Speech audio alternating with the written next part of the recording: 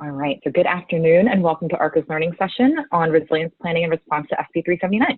This webinar is organized by the Alliance of Regional Collaboratives for Climate Adaptation, or ARCCA, and my name is Julia Kim. I'm with the Local Government Commission, also serving as the coordinator for ARCCA, and I will be your moderator for this webinar. Quick overview of today's agenda. After a brief overview of ARCCA, we'll hear from two speakers on our featured topic. And we're also hoping to save a good chunk of time for Q&A and a panel discussion. Then we'll wrap up with a few closing remarks and we'll make sure we get everyone out on time. A few logistical items to cover. Everyone will be muted except for our panelists, but we encourage you to connect your audio either through your computer or by joining through your phone so that you can use the hand raising feature to ask questions and engage in the discussion later on. You can also submit a question or share your thoughts through the Zoom control panel at any time, either through the Q&A module or the chat function. And this webinar is going to be recorded, and we'll make that recording available on the ARCCA website along with PowerPoint presentations. All right, so for those who are not familiar with ARCCA, we're a statewide network of regional collaboratives working to advance adaptation at the state level, while also moving the needle on adaptation locally and regionally. And through ARCCA, adaptation practitioners come together to exchange knowledge, resources, and tools through quarterly meetings, direct peer-to-peer connections, and various online channels.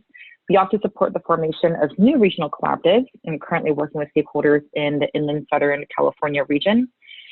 And we also work to ensure regional considerations are reflected in state planning and funding guidelines, while also serving as a streamlined channel for state agencies to engage with local and regional stakeholders. Our current membership consists of 7 regional collaboratives, as you can see up here, spanning the North Coast, Sierra Nevada, Capital Region, Bay Area, Central Coast, LA, and San Diego. We also have a number of affiliate members that you can see listed on the right there. Again, LGC is this coordinator for ARCCA, and then the Governor's Office of Planning and Research serves as our state liaison, serving as a critical channel between key state agencies and our local and regional entities. And now on to the topic at hand. First, I'd like to introduce our presenters. We'll first hear from Eric Cook, who recently joined the Governor's Office of Planning and Research as a senior planning advisor. With over 20 years of experience, Eric has worked on numerous general plans, community plans, specific plans, and neighborhood scale plans. He's an expert in climate change and planning and has prepared climate-related plans for local, regional, and state agencies throughout California, addressing both mitigation and adaptation resilience.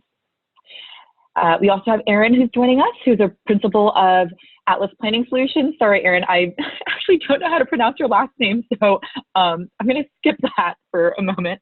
But Erin is a principal of Atlas Planning Solutions, a consulting firm focused on increasing resiliency at all levels of government.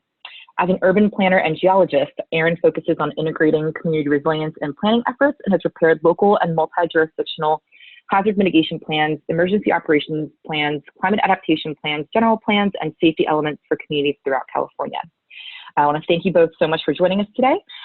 Before we get started, I do want to recognize upfront the lack of diversity and community level participation in today's panel. With that said, I did want to offer a few quick thoughts for consideration around equity in the context of resilience planning before we really get going. As we continue to experience more severe climate change impacts, we know that certain communities and population groups are more vulnerable or may lack the capacity or resources required to adapt to these impacts. And these groups include low-income households, communities of color, people with disabilities, people experiencing homelessness, outdoor workers, our youth, our elders, and many other underserved, vulnerable, and frontline populations. There's also a real opportunity to advance social equity while working to build community resilience, both in terms of creating an equitable planning process that prioritizes inclusion and community participation, and in terms of how adaptation strategies are identified and ultimately implemented. I could certainly go on to highlight different frameworks for community participation or different decision-making structures or strategies related to workforce development or climate and health equity, but I'll keep this brief. Definitely want to encourage everyone to review the many, many resources that have been developed by equity experts, specifically related to resilience planning. A number of new resources that have been released by APEN or Greenlining or GARE, and many, many other environmental justice organizations. We'll be sure to share some links out as part of follow-up. And Eric and Erin, I definitely want to encourage you to share your thoughts as well around community engagement and equity during your presentations. And to all of our participants, we certainly hope to hear from you during the discussion portion of today's webinar as well, if there's anything that you want to share with this group. And with that, I will stop there, and Eric, I will pass it over to you. Great, thanks, Julia. I am working on a screen share here, and hopefully everyone can see my screen. Looking good. Okay, I'm going to go into presentation mode here and continue. Great. Perfect, Eric. You'll just need to swap your display setting, and then you'll be all set to go. Okay, one more time. Okay. There we go. Does that look good? Perfect. Great. Perfect. Well, thanks, Julia, and thanks everyone for being on the webinar today. My name is Eric DeCock. As Julia mentioned, I'm new to OPR, but definitely diving in here, and I'm excited to talk to you all today about SB-379 and what some of the new, relatively new state requirements are for addressing climate adaptation in general plans. So climate adaptation is now a requirement in safety elements of all general plans. We do know, many know that safety elements were already a required element in mandatory required elements in general plans. Hi, Eric. So sorry to interrupt you. Sorry to interrupt. We're getting some comments from folks that the audio is a little low. I'm not sure if you are using like a speaker function or if you have a headset possibly that could help. Okay, let me take off my headset and go to handheld. Just one moment. Okay, can everyone hear me now? That Is that sounds better? Great. Okay. Absolutely. Thank you so much, Eric. Absolutely. So climate change is a requirement now because of SB-379. It was a bill that was passed and signed into law in 2015. And it does add climate change adaptation as resilience as a mandatory topic that you must address along with all of the other requirements and safety element. And those specific statutory requirements are included in Government Code Section 65302, Section G4. Now, there are opportunities to address climate adaptation, resilience, and other elements of the general plan as well, and there's nothing in the statute that prevents local governments from going above and beyond the safety elements, but the safety element is the primary place where you must address, as well as other optional ways to address that issue. So what specifically is required in the bill? It requires three primary kind of groupings of activities that are aligned with a planning process, which I'll show on the following slide here. But the three core requirements of the adaptation requirements in 379 include, first and foremost, a vulnerability assessment that identifies the risk that climate change poses to the local jurisdiction and geographic areas within that jurisdictions that are at risk from climate change impacts. And some of that has to obviously look at what's already required in the safety element in terms of natural hazards, but there are also opportunities to look at the human side of this, as Julia mentioned at the beginning of the presentation. So vulnerability applies to populations as well as natural hazards that affect infrastructure, habitat, open space, and other categories that can be addressed in the general plan. The second grouping of activities is more of what most folks think of as sort of the meat of the general plan, which would be the actual resilience goals, policies, and objectives that you would put in the policy document portion of a general plan. And those elements need to be based on the findings of your vulnerability assessment that are included in that first step in the process. Following that, the last grouping is the feasible implementation measures or the implementation programs that are designed to carrying out the general plan's goals, policies, and objectives. So if there are specific implementation programs or activities that need to flow out of your goals and policies and objectives, those need to be included as well.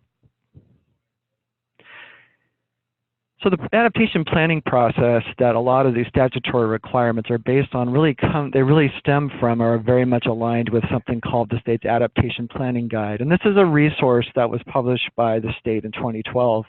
And it's currently in the process of being updated. So what you see here today may actually be superseded in the not too distant future, probably early next year or beyond. But it does talk about, the Adaptation Planning Guide does talk about sort of a 9-step process. And if you look at the different colorings on the circles in this kind of circular process diagram, The first 5 steps in that process are really what that vulnerability assessment is all about. And then the last 4 steps, 6 through 9, really are the planning pieces of the goals, objectives, policies, and implementation programs. So we won't be able to get into detail on this today, but just know that there is that process guidance in the state's adaptation planning guide. So let's talk about timeline for implementation. SB-379 does have some specific timing triggers and process triggers that are important to think about. The bill does say that the requirements have to be completed upon the next revision of a local hazard mitigation plan that's adopted on or after January 1 of 2017. So obviously we're at the kind of the second half of 2019 now. Any local hazard mitigation plan update that happens now would basically trigger compliance. And local hazard mitigation plans are updated every 5 years for those communities that choose to have them. So obviously a 5-year update could occur any time on that cycle, and this would trigger compliance. For those that do not have a local hazard mitigation plan or have not chosen to annex or link themselves to a larger hazard mitigation plan, the compliance deadline is on or before January 1 of 2022. We did want to add a little bit of information too, that a bill that was passed subsequent to SB-39, it's SB-1035, also added updates to climate adaptation and safety elements upon the adoption of each housing element revision on no less than every 8 years. So with SB-375, as some folks on the call may know, the housing element switched from a 4 to an 8-year cycle. We just got done in the last few years of local governments in California updating those housing elements on that 8-year cycle, and we're now beginning another cycle of those updates. So this is something to think about as well if you are approaching the deadline for a housing element revision and you don't have a local hazard mitigation plan coming quickly. And that update must identify new information related to flood, fire, and climate adaptation resilience that was not available during the previous revision. There is also a provision in the bill that requires anytime that you do update, obviously on this 8-year cycle, that you need to go back and revisit your safety element again to make sure that it addresses these requirements. So what are some of the requirements for addressing the vulnerability piece in SB 379? We do get at things like looking at data on assets, resources, and populations that are sensitive to various climate impacts. Of course, you can get those from your own community. You can get those from regional sources like MPOs, LAFCOs, counties, statewide data sources. Something to think about in terms of vulnerable populations in your community would be things like CalEnviroScreen, looking at who's already considered disadvantaged in your community, who are those disadvantaged populations. Critical facilities is also a big component. There's a lot of alignment there with what's already gathered and analyzed for the local hazard mitigation planning process. I won't go into detail on all of these bullet points today, but just know that there are sort of a list of suggested sources that you consult as you're conducting that more technical vulnerability assessment document. And things to think about as you're going through developing goals, policies, and implementation would be questions like, how will your jurisdiction reduce risk with new land use decisions, given how climate change could affect existing hazards now and into the future?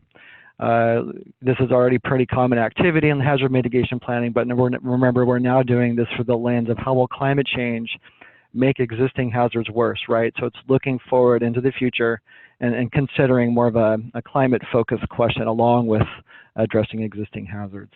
And other questions like, where are at-risk and resilient critical facilities? How resilient are those facilities to existing risks?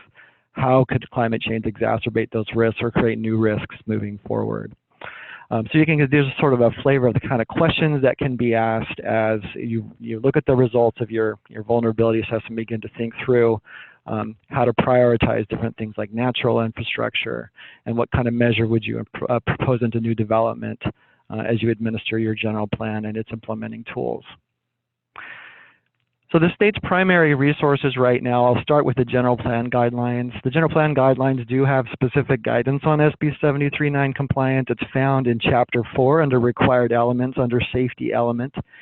And then throughout the document, there's a lot of cross-referencing back to the safety element requirements and vice versa from the safety element out to other pieces. Important consideration here, obviously, even though it's not directly referenced in SB 379, are the environmental justice requirements for general plans that was instituted through SB 1000. And when we're thinking about, again, vulnerable populations of vulnerable communities, we need to be thinking about climate justice, looking at opportunities to align our analysis of vulnerable populations with folks who could be particularly at risk because of historical environmental justice issues and discrimination, land use decision making that might have been discriminatory or unjust in the past, and looking forward as well as to how people are specifically vulnerable in those populations to growing threats and hazards and exacerbated risks moving forward. The general plan guidelines do have the guidance on community engagement and outreach, aligning equitable and resilient communities. There's a whole chapter on that in the general plan guidelines, and definitely take a look at the healthy communities chapter in the general plan guidelines as well. There is an adaptation planning guide, as I referenced earlier, that is in the process of being updated, but there's a lot of very specific and detailed guidance on how to get through each step of the vulnerability assessment and then the adaptation policy and goal development phase. So definitely reference that as you're beginning to implement these requirements. We have the CalAdapt tool, the state's kind of one-stop shop for accessing the downscaled climate change data that's made available through the state's climate change research program. That's maintained by the UC Berkeley Geospatial Innovation Facility and funded by the Energy Commission, and you can find that at cal-adapt.org. California's fourth climate change assessment published last year. This is updated every few years, and this assessment is a statewide project, but there are also regional reports that can be leveraged to look at how climate change could specifically impact your region. So it's sort of a synthesis of the research and then broken out by the different regions of California. So it can be very helpful for local level analysis of how climate change could be impacting your community moving forward.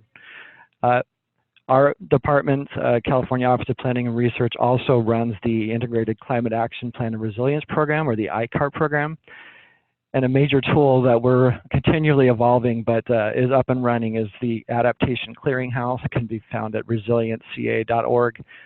And that tool basically serves as a clearinghouse for a lot of different types of information, whether it's case studies, published research, best practices for planning and implementation, funding, and other tools and resources. So it's sort of a one-stop shop for all things climate adaptation for local and regional and state governments in California. So definitely, if you haven't seen that before, go take a look. I did want to just close my remarks today by pointing out what we're kind of seeing is on the ground implementation and kind of questions we're getting from communities that are trying to implement these requirements. And just note that it's okay to use existing plans, and the statute SB-379 does allow for this. It's okay if you've already done a climate vulnerability assessment, a climate adaptation plan, a climate action plan, or even a local hazard mitigation or other related plans. It's okay to use those existing plans to comply with SB-379. The key is that they have to be consistent with the basic requirements that are in the law. So if you want to incorporate those plans by reference, if you want to do that directly, or incorporate key pieces of those planning documents that meet the requirements, that's also acceptable. So there's some flexibility in how implementation can actually look and feel.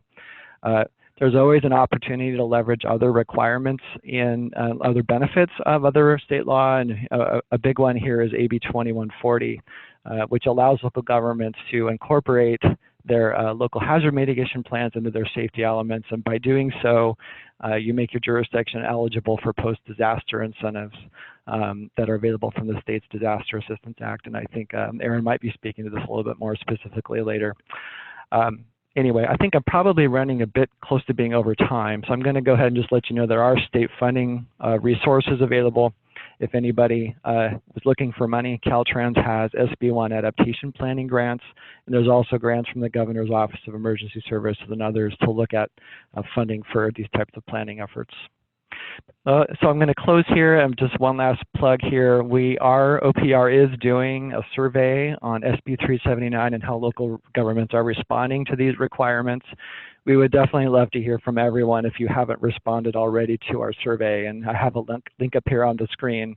So if you have a minute before the end of the day tomorrow, please let us know your thoughts about how you're dealing with these new requirements, and if you're not dealing with them, why, and any barriers or challenges that you're facing and opportunities, and your successes if you've successfully gone through the process. So with that, I'm going to hand it over back to Julia. Thank you much, everyone, for listening.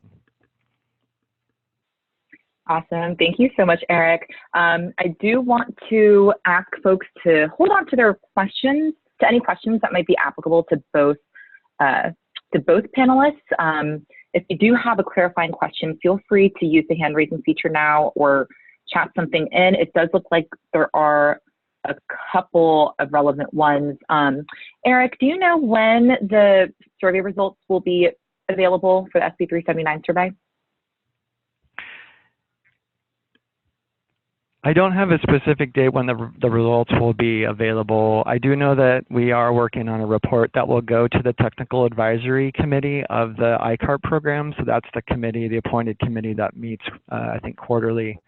So they will be, the results of this, along with some other work we're doing we're looking at how local governments are responding, will be presented to the committee at that time. And that's at this time scheduled for roughly the beginning of December. Awesome. Thanks, Eric. There was another question around the Caltrans adaptation planning grants in terms of whether there will be another round. I know that they closed their third round, and I think based on what was called out in SB-1, the legislation, I think they were only looking at 3 rounds. Eric, do you know if, do you have any inside info in terms of whether Caltrans might be considering a 4th round? Yeah, I actually don't know off the top of my head, Julia, but could do a follow-up link to you where the grants are posted and the announcements about the next guidelines are usually found, but I don't know the answer to that. Awesome, perfect. Thanks, Eric. All right. Sorry, I think possibly one more. I think that could be relevant to both. So I think we'll hold there. Thank you, Eric, and let's go ahead and pass it over to you, Aaron.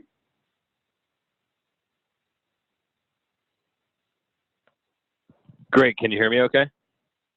Yes, loud and clear. Excellent. All right. Well, yeah, keep the comments coming along if it's hard to hear. Everybody see my screen okay, Julia? Yes, looks great. Perfect. Okay. Hello, everyone. I am Aaron Fandensteel. The P is silent, but you can always just call me Aaron P. So we're going to actually dive into maybe a little bit more of the real world practical examples of how you can start to use this in practice.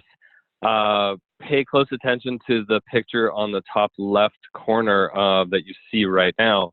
All of these are from the city of Huntington Beach. I've done a lot of work in the city over the years.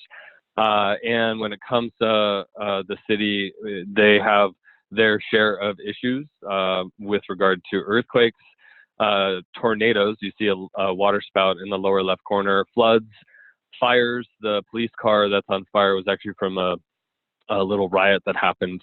I think that was back in the 80s.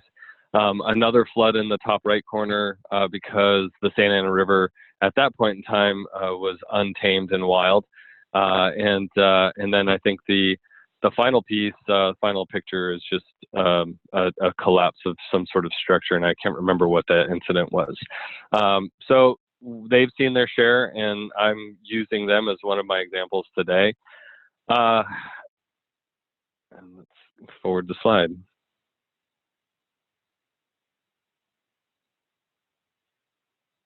Has my slide forwarded at all?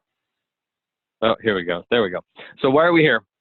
Our communities are facing greater challenges, and the hazards that we're being exposed to that are impacting our communities, they seem to be larger, seem to have more greater devastation associated with them. So top right corner is the aftermath of Paradise. The Category 5 hurricane, which I know is an anomaly.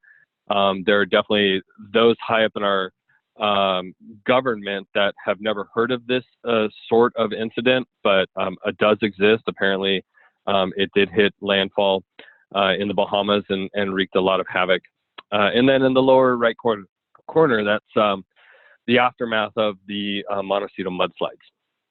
So these are some devastating incidents, and they're very recent. You know, California, thankfully, is on the cutting edge. Part of why we're on the cutting edge is because of this. You know, our legislature is recognizing that we need to do something. And unfortunately, when you are at the local level, this is really what it feels like, is every year you're chomping more and more pieces of legislation up and trying to figure out, how do I use this at the local level? So let's enjoy this ride. There are typically two routes that jurisdictions use when it comes to addressing this legislation. Now, today we're going to talk about SB-379, but it's connected to so many things. Most of the time, a community is looking to go and do a comprehensive update to their general plan and address all of the elements in their plan. They're going to typically knock out all of the new requirements that have been put in place since the last time they did this. But as Eric had pointed out, the next round of housing element updates are coming due, and that little legislation, SB 1035, is really challenging communities now, because they only thought, I need to focus on a housing element, and lo and behold, now they have to also focus on updating the safety element. And there's a real good reason why that is. When you look at the data, when you look at all of the information jurisdictions provide to OPR through the annual planning survey that comes out every 2 years, we find that compliance with housing element requirements usually is on the order of around 90% of all jurisdictions are in compliance during the review period timeframe that they need to meet those obligations. What we're finding, though, is that safety elements are not. Your compliance threshold is usually in around 30%. So we're seeing about a 1/3, 1-to-3 ratio of safety elements being updated alongside housing elements. And so what I think the recognition is how do we get safety elements to actually start addressing the issues that are actually more relevant to the community today than when it was written. And I'll tell you, in my career, I have gone in and updated a community safety element, and it was the original safety element that they adopted back in 1975. So these are definitely pieces of legislation that are aimed at really getting all communities up to a higher standard. And why is that? Well, because there are a lot of moving parts. This is a great graphic that was put together many, many years ago. And unfortunately, since I don't even remember where it came from, I can't source it very well, but I know it comes out of the Central Valley Floodplain Protection Plan. And it really highlights that there are a number of inputs and outputs when we are looking at our general plan and when we're looking at policies at our within our jurisdictions. Now, to kind of spruce it up a little bit, I have gone ahead and identified that since the time of this original graphic, Senate Bill 1241, which is dealing with wildfires, has gone into effect. That occurred in 2014. And then Senate Bill 379 went into effect. That's dealing again with climate adaptation and incorporating that into the general plan. And so hopefully I can find somebody out there in the planning sphere that might take a stab at making this even prettier and more complex. But let's just kind of dive into what is a safety element. So what a safety element is, it's really to protect the community from unreasonable risks associated with all of these items. The amazing thing about this is that this has been in the books for quite a few years. So it's not like we're dealing with new hazards every day. This is a really great cross-section to focus on. And when it comes to SB 379, the legislature was pretty smart, because out of all of everything you see on the screen, the only two in the red bubble are the only two that really don't have any impact or connection to climate change that we can see today. And so with that being said, the great thing about SB-379, and the thing you don't have to worry about, is it doesn't create a whole new set of hazards as much as it expands the scope of the hazards that we're already dealing with. It doesn't mean that there are other hazards that aren't shown here that should be addressed in your safety element. Extreme heat is absolutely one of those that you don't see in the government code, but it's absolutely paramount to many of our communities. Drought is another, and so while we have all of these hazards that the government code says you need to focus on in your safety element, it doesn't mean that you can't expand past that. And why is it that we're having this webinar today, and there are numerous workshops associated with how we address climate adaptation within our general plans? It's because it's not getting simpler. Let's just take, for instance, what it means to update your housing element. So your community is changing. You have priorities at the state level that are changing, a lot of legislation that is changing, and ultimately all of that has to boil up into you creating a housing element. Well, here's all of the same steps associated with your safety element. In 2006, the legislature said, we want to try to link the hazard mitigation plan to the safety element. There was very little change in how many jurisdictions actually did that. And one of the reasons for that is that a hazard mitigation plan is not a required plan.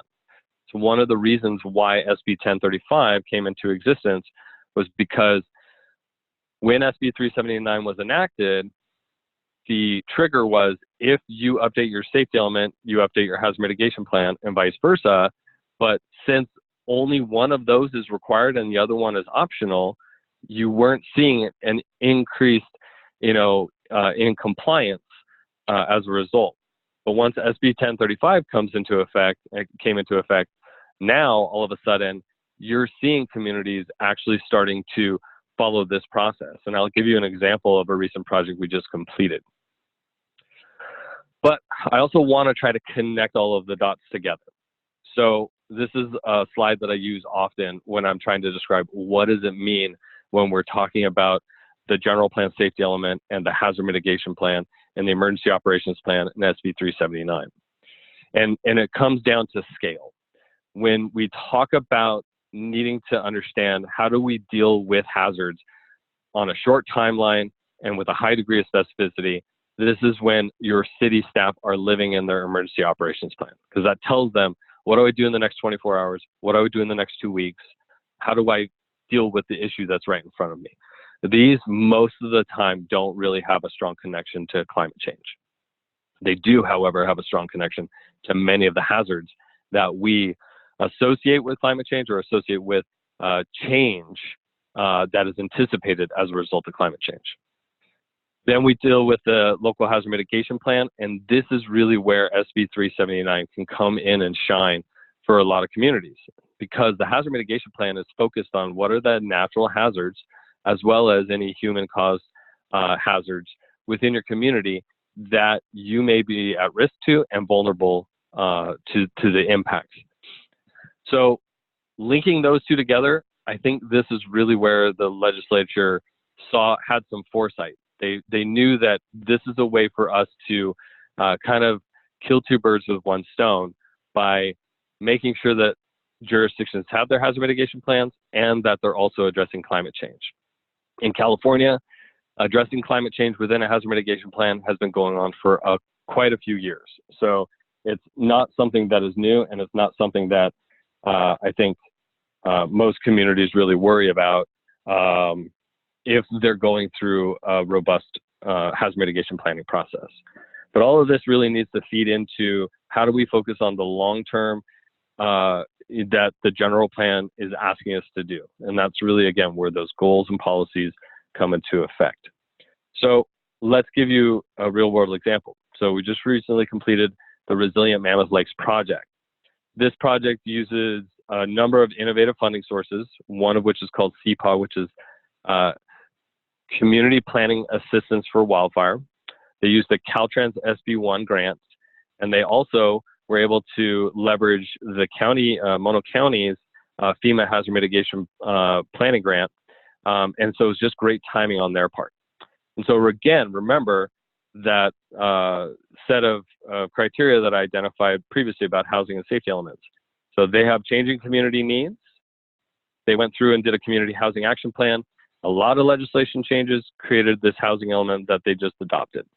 And because of SB 1035, they also recognized that they needed to update their safety element. So the CPAW process really set the foundation for what do we need to do from a wildfire perspective. They're on the Eastern Sierras. They're surrounded by trees. They are constantly inundated by smoke and under significant threat of wildfire. So we went through a process and did a vulnerability assessment for them, looking at climate change impacts. And during that process, we're also participating with Mono County and updating their multi-jurisdictional hazard mitigation plan. And then we updated the safety element, not only to include many of the adaptation strategies out of the vulnerability assessment, but also new goals and policies for climate adaptation as well as wildfire. And once adopted, this safety element was reviewed by CAL FIRE and the Board of Forestry and Fire Protection, and was identified as one of the kind of best practice examples for safety elements that they highlighted across the state. So again, there's no one way to do this. Here's another example. City of Capitola, back in 2011, they had significant flooding, caused over $17 million in damage. The upper right-hand picture is standing on the second story of City Hall because the first story of City Hall was inundated by several feet of water and mud. That's the parking lot, in fact. And then the lower pictures are the downtown village that they call it. And you can see this whole very small coastal community was impacted significantly by significant flooding from these rainstorms. And so what happened? So this was prior to adoption of SB-379. There was no reason that they would be compelled to do this, but we went through a process to prepare their local hazard mitigation plan. And during the update, we identified a whole host of actions and potential projects, and ultimately turning them into implementation actions for the community to address climate adaptation and climate change within the general plan. One of the things to highlight on this exhibit you see, this is sea level rise inundation, showing the mean high water mark at 2100. And where you see the number 1 symbol on the screen, that's City Hall. And City Hall was close to where it potentially could be inundated by sea level rise, with sea levels encroaching up a creek. City Hall also was within a liquefaction zone, tsunami zone, a landslide risk zone, you name it. They basically, out of I think the 8 hazards we looked at, about 7 of them seemed to focus in on City Hall. Out of this process and out of this project, and incorporated into the general plan today, is a focus on moving City Hall and reimagining how you can create a more resilient civic center that wouldn't be susceptible to some of the impacts that they felt during the significant rainstorm. And then the final piece, again, bringing it back to Huntington Beach. So Huntington Beach, for a very long time, has focused on hazard mitigation, and they have leveraged their hazard mitigation plans for significant amounts of money. In the upper right-hand corner is the pier. This was seismically upgraded. And if you remember from the very beginning screen, you saw the pier, and what you may have not seen was the pier actually was damaged significantly. The piers that it was sitting on were actually sheared as a result of an earthquake. So in the middle picture on the bottom, that's actually the Newport Inglewood Fault that many of those active splays run through the city.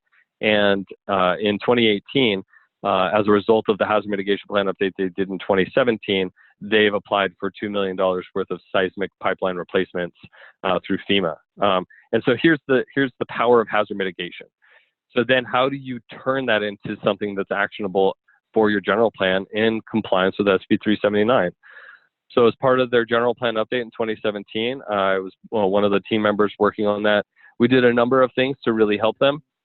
One of the key elements of it was really having good goals and policies to rely on. So in the right-hand corner, upper right corner, it's just an example of some of the goals and policies that were developed for this process, building on a lot of the kind of research that we had done and the work that we had done with hazard mitigation planning for the city. We then did some mapping, which you can see that really highlights in 2050, here are the areas that we have to be most concerned about, and then started to look at, in the lower right-hand corner, how do we get this into something that we can implement? And you can see, we identified under HAZ P15, shore stabilization and beach management. So this is not only a feasible implementation action that was in the general plan update, but it was something that was actually being integrated into their local coastal program update, as well as their shoreline management plan. And so when we talk about how do we actualize SB-379, again, every jurisdiction is different. Got to figure out what is it that's most important to you, and then what do you already have in your toolbox that you can actually start to connect and sew together into this, as the term has been thrown around in the hazards world, a patchwork quilt of risk reduction strategies and measures. So here's a final piece of food for thought. Again, back to this this notion of plan integration.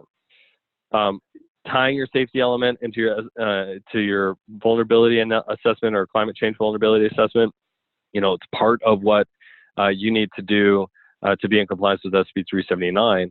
But if you're tying that into your hazard mitigation plan, it's making that plan that much better. And if the hazard mitigation plan is tied into your safety element, then all three of those documents working together actually creates a very strong foundation of making really great decisions moving forward on how you're going to reduce risk and vulnerability.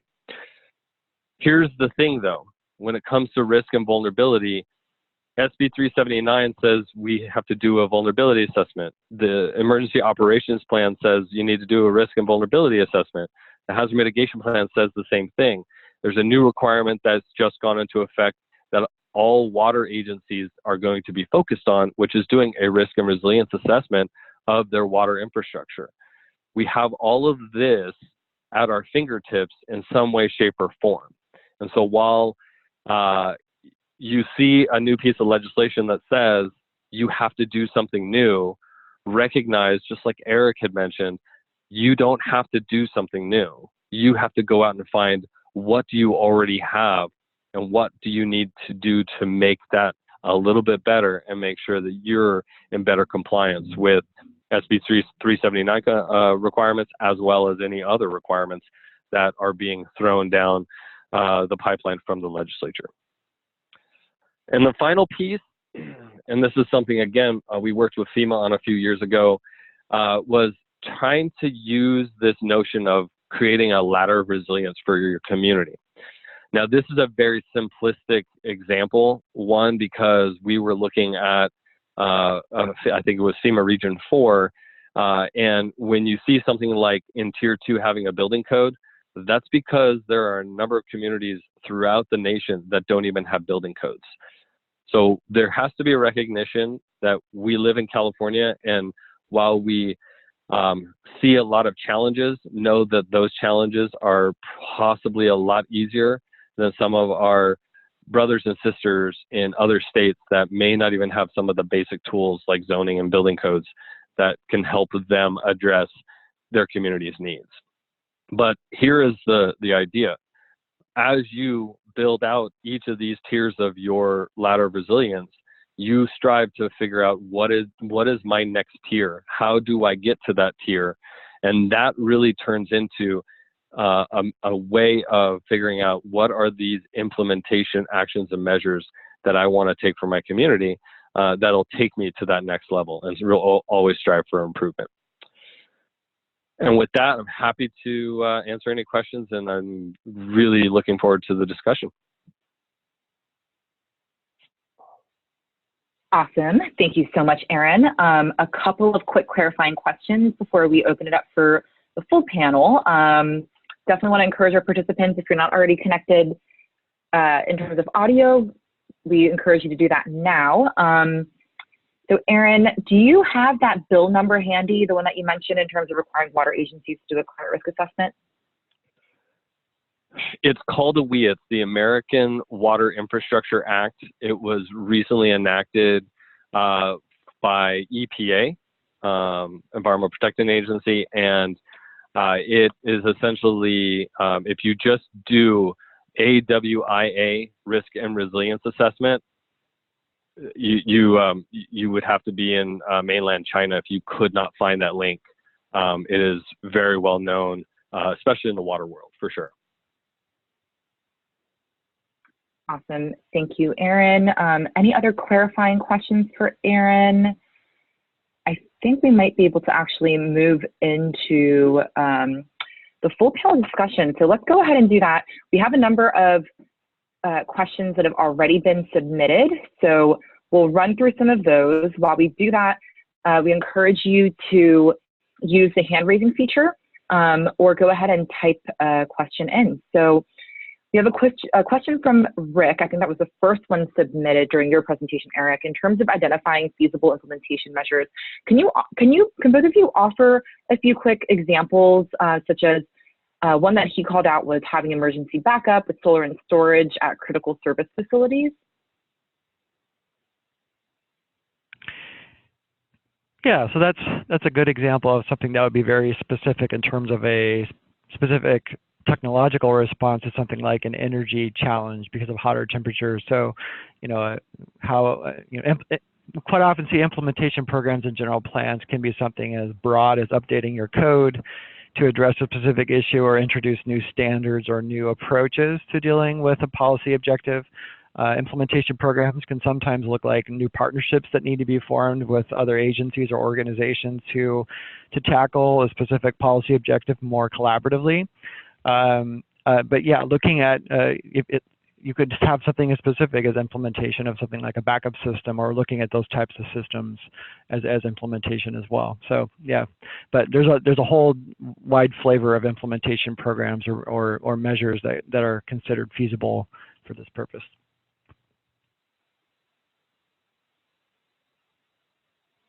And I think just to chime in on that too, feasible implementation measures and actions, that's very subjective to the local jurisdiction, right? And so, and we see this often when we're talking about CEQA as well. What are feasible mitigation measures?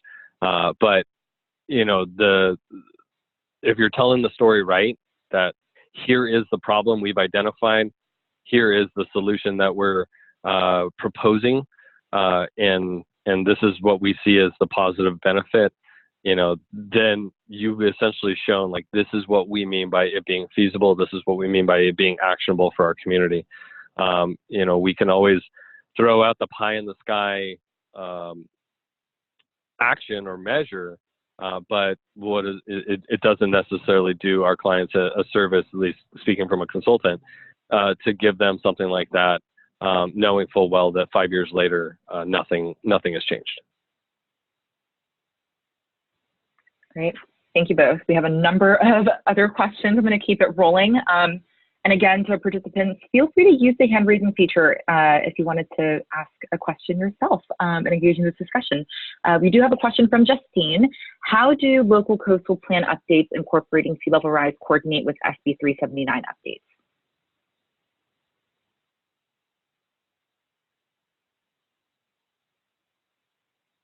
Eric, do you want me to take that?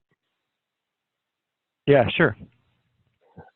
All right. So local coastal plan updates are housed out by a different entity, right? So the California Coastal Commission oversees local coastal programs and plans. where the two kind of intersect, right, is that Coastal Commission is already focused on how are you addressing sea level rise and climate change, and they have guidance. If you're following their guidance, for the most part, you're going to meet SB-379 requirements. I don't know, Eric, if you've got anything else to kind of add on to that.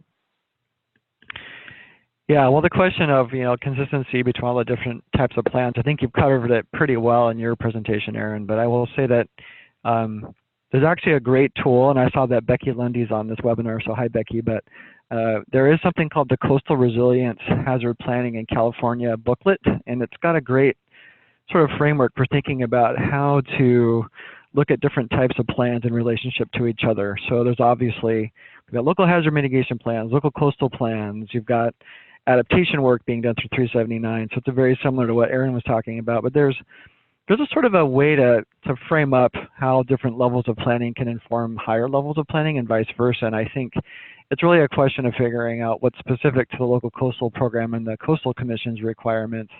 And I know that the agencies do talk to each other and they try to make sure that their planning requirements are in alignment as best they can be, and that there are some questions that are better answered maybe in the general plan level and others that are better answered down more in the hazard mitigation planning or even down to a much lower planning level. So it's really a question of finding the right tool for the job and the right place to park the right policies or the right implementation.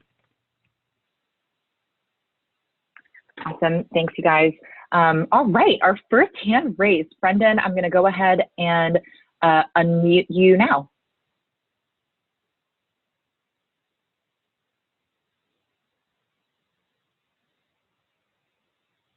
Or you might, it actually looks like you might need to unmute yourself, Brendan. Are you able to do that?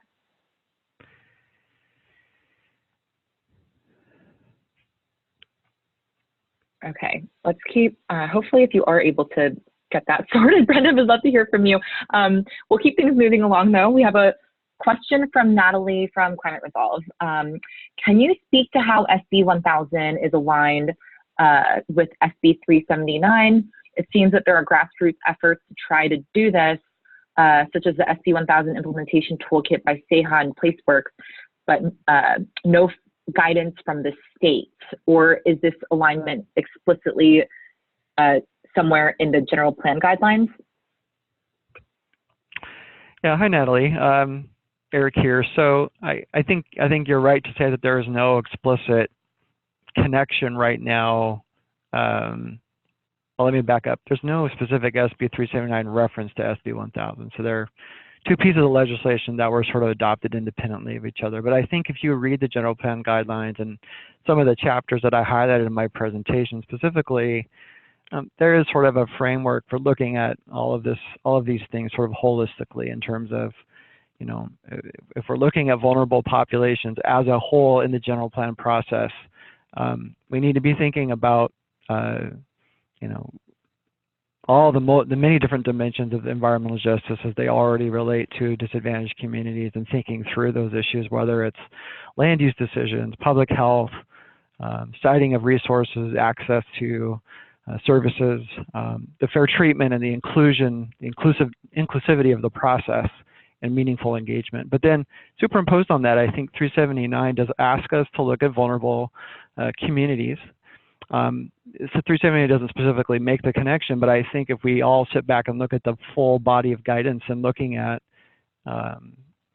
vulnerable populations, that does include disadvantaged communities, and that there's an opportunity there to align some of this work on both SB-1000 and 379 together to make sure that we're looking at environmental justice, but also climate justice, and making sure that the needs of vulnerable communities, including disadvantaged communities, are prioritized and addressed through the general plan update process. And exactly how that's done is not super well prescribed in all of the guidance, but it's there. And I think you have to read the different chapters.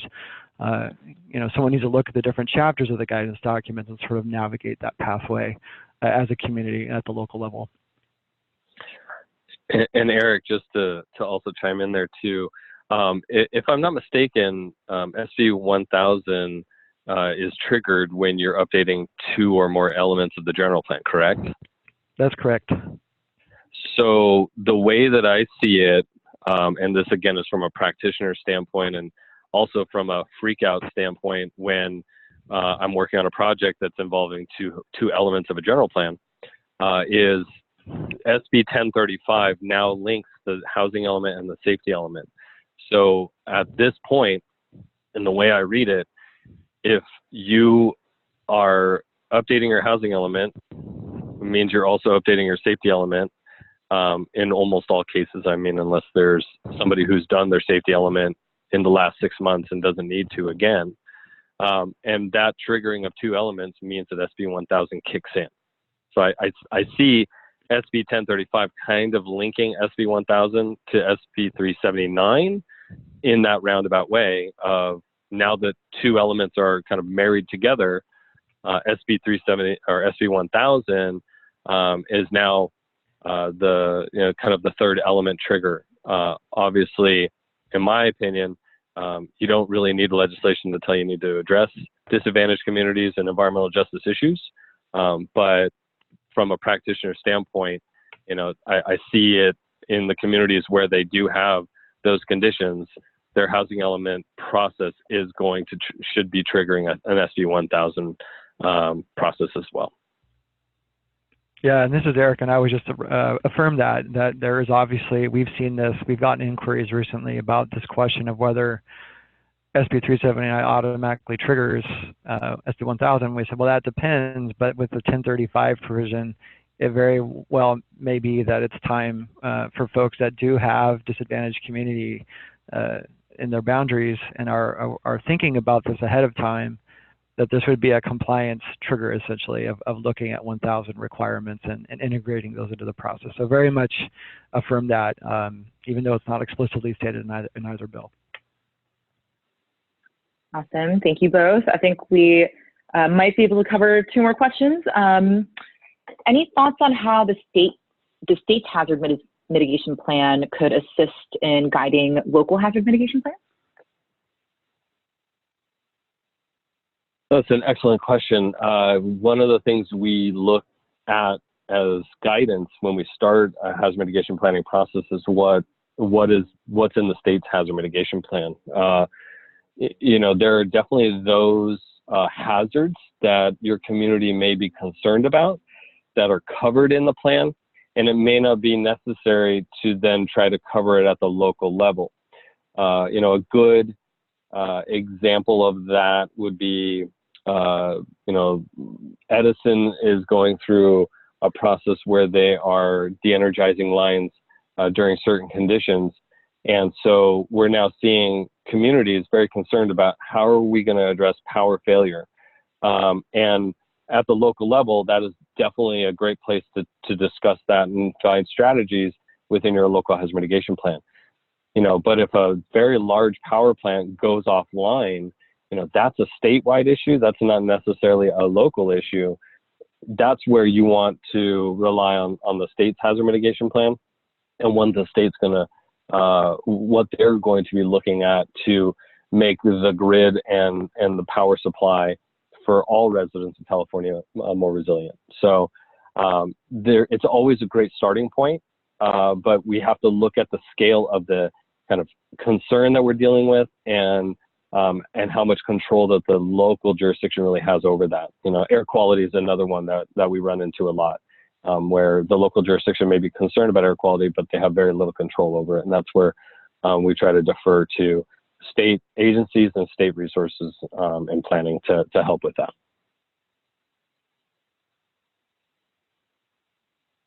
Awesome. Okay, we have a minute left. Eric, Aaron, any good examples of adaptation plans that comply with SB 379 to call out for our audience super quick?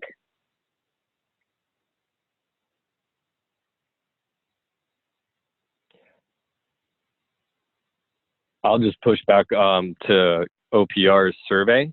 They're trying to actually gather data. And so I think we, all the folks on the phone really should be making phone calls after today's webinar and making sure that any of our friends and colleagues at local jurisdictions have seen the survey and have provided input into it, because I think that's going to be the best way that we're going to get information out into everyone's hands on what's working and what's not. Yeah, I was just thank you for the plug there again, Aaron, and I would just add that we're excited to hear how people are doing in this, and we know it's still relatively early after this January 1, 2017 compliance deadline, or at least trigger, I should say. It's not an effective deadline, it's a trigger.